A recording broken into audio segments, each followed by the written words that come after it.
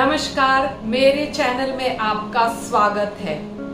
बहुत खुशी हुई मेरे एक और खास व्यूअर सुनीता ने मेरे से रिक्वेस्ट की कि मैं ज्वार, बाजरा, वीट और रागी की एक कंपैरेटिव स्टडी करूं जो कि डायबिटिक पेशेंट के लिए फायदेमंद होते हैं। तो आज मैं आप लोगों के साथ इन चारों मिलेट्स के कंपैरेटिव स्टडी एंड आउटकम के बारे में शेयर करूंगी। ज्वार और वीट के न्यूट्रिशन वैल्यू जैसा कि आप स्क्रीन पे देख रहे हैं, एनर्जी, प्रोटीन, फैट, फाइबर में ज़्यादा फर्क नहीं है। कैल्शियम में बिग डिफरेंस है। आयरन एंड पोटेशियम भी ऑलमोस्ट इक्विवेलेंट हैं। फॉस्फोरस वीट में थोड़ा ज़्यादा है।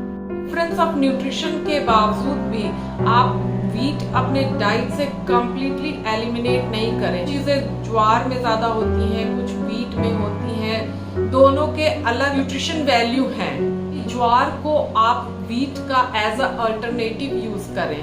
ज्वार में गुड क्वांटिटी ऑफ फाइबर्स होते हैं जो कि ब्लड ग्लूकोज लेवल को रेगुलेट करने में हेल्प करते हैं, साथ ही आपके बीपी एंड डाइजेशन को भी रेगुलेट करते हैं।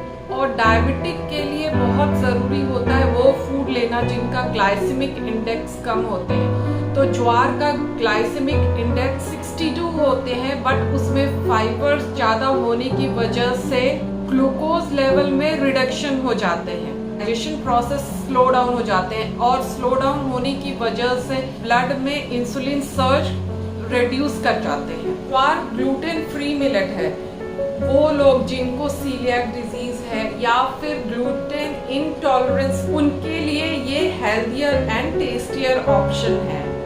They are loaded with antioxidants which aids in weight loss, anti-cancer, anti-inflammation and anti-aging.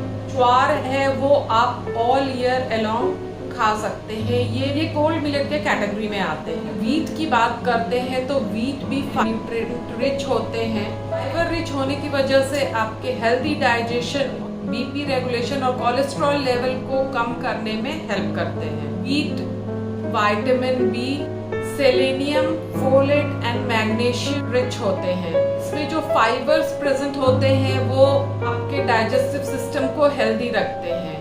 Glycaemic index ज्वार से थोड़ा सा ज़्यादा होता है, तो उसको कम करने के लिए आप शुद्ध देसी घी अप्लाई कर सकते हैं रोटी पे लिटिल अमाउंट में। रागी और बाजरे के न्यूट्रिशन का कंपैरिजन करें, जैसा कि आप स्क्रीन पे टेबल देख रहे हैं। बाजरा रागी का न्यूट्रिशन वैल्यू अगर कंपेयर करें तो एनर्जी, प्रोटीन, फैट ये सब बाजरा में ज़्यादा हैं, और जहाँ तक कार्बोहाइड्रेट की बात है दोनों में सिमिलर हैं। कैल्शियम और पोटेशियम रागी में बहुत ज़्यादा पाए जाते हैं। Ragi helps to manage hyperglycemic conditions and lowering the blood sugar level. Fibre present होने की वजह से कार्बोहाइड्रेट का डाइजेशन लोअर डाउन हो जाते हैं। हाई लेवल में कैल्शियम और मैंगनीज प्रेजेंट होने की वजह से ये टाइप 2 डायबिटीज के रिस्क को डायरेक्टली मिनिमाइज करते हैं। डायबिटिक पेशेंट के साथ एक बहुत बड़ा इशू होता है कि उनके कोई भी वूंड जो होते हैं वो जल्दी से हील नहीं होते हैं। अगर आप रागी खाते हैं तो साइंटिफिकली ये देखा गया है कि आपके वूंड कंपैरेटिवली ज़्यादा तेजी से हील होते हैं। इसमें जो एंटीऑक्सीडेंट्स प्रेजेंट होते हैं वो आपके ब्लड ग्लूकोज लेवल को मेंटेन करने में हेल्प करते हैं। हाई फाइबर आपके ब्लड ग्लूकोज लेवल को लोअर डाउन करते हैं। डायबिटीज रिलेटेड रिस्क को प्रिवेंट करने में हेल्प करते हैं। रागी को गर्म मिलेट माना जाता है, इसीलिए इसको विंटर्स में खाना ज्यादा फायदेमंद होते हैं। बाजरा की बात करें तो ये भी एक गर्म मिलेट होते हैं, इसको भी विंटर में ज्यादा प्रेफर करना चाहिए। बाजरा खाना एक बहुत ही आइडियल मील होता है डायबिटिक पेशेंट्स के लिए। दे आर पैक्ड विद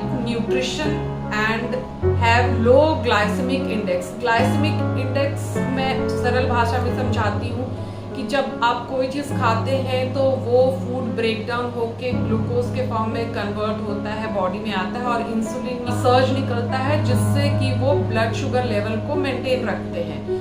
तो ग्लाइसेमिक इंडेक्स अगर किसी फूड का कम है तो आपके ब्लड स्ट्रीम में ग्लूकोज लेवल कम होगा, जिससे कि एक इंसुलिन स्पाइक निकलता है, डायबिटीज के रिस्क को बढ़ाते हैं। मिनरल्स रिच भी होते हैं, इसमें vitamin B, antioxidant, protein present होते हैं। It helps in reducing the risk of type 2 diabetes. सारे मिलेट्स जो हैं अपने अपने जगह पे न्यूट्रिशन से पैक्ड हैं, तो आप किसी एक मिलेट पे स्विच ना करके आप अल्टरनेटिव खाते रहें। और को सीलियाक डिजीज है तो वो व्हीट नहीं खाएं, या फिर जिनके हाई पोटेशियम लेवल हैं तो उनके लिए रागी सेफ नहीं है।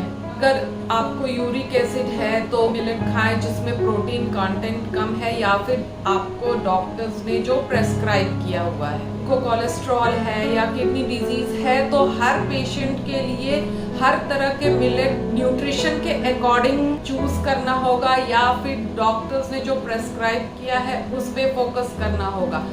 सारे न्यूट्रिशन रिच हैं, किसी में कोई चीज़ कम है, किसी में कोई चीज़ ज़्यादा है, तो आप वाइजली चूज करें, किसी एक पे कंसंट्रेट ना करें। आज का मेरा ये कंपैरेटिव स्टडी आपको अपना मिलेट चुनने में मदद करेगा कि डायबिटीज के रिस्क से बचाने में आपकी हेल्प करेंगे। आपको अगर कोई सजेशन या कोई क्वेश्चंस हो तो कमेंट बॉक्स में ज़रूर लिखें। Till then stay healthy, stay strong. नमस्कार।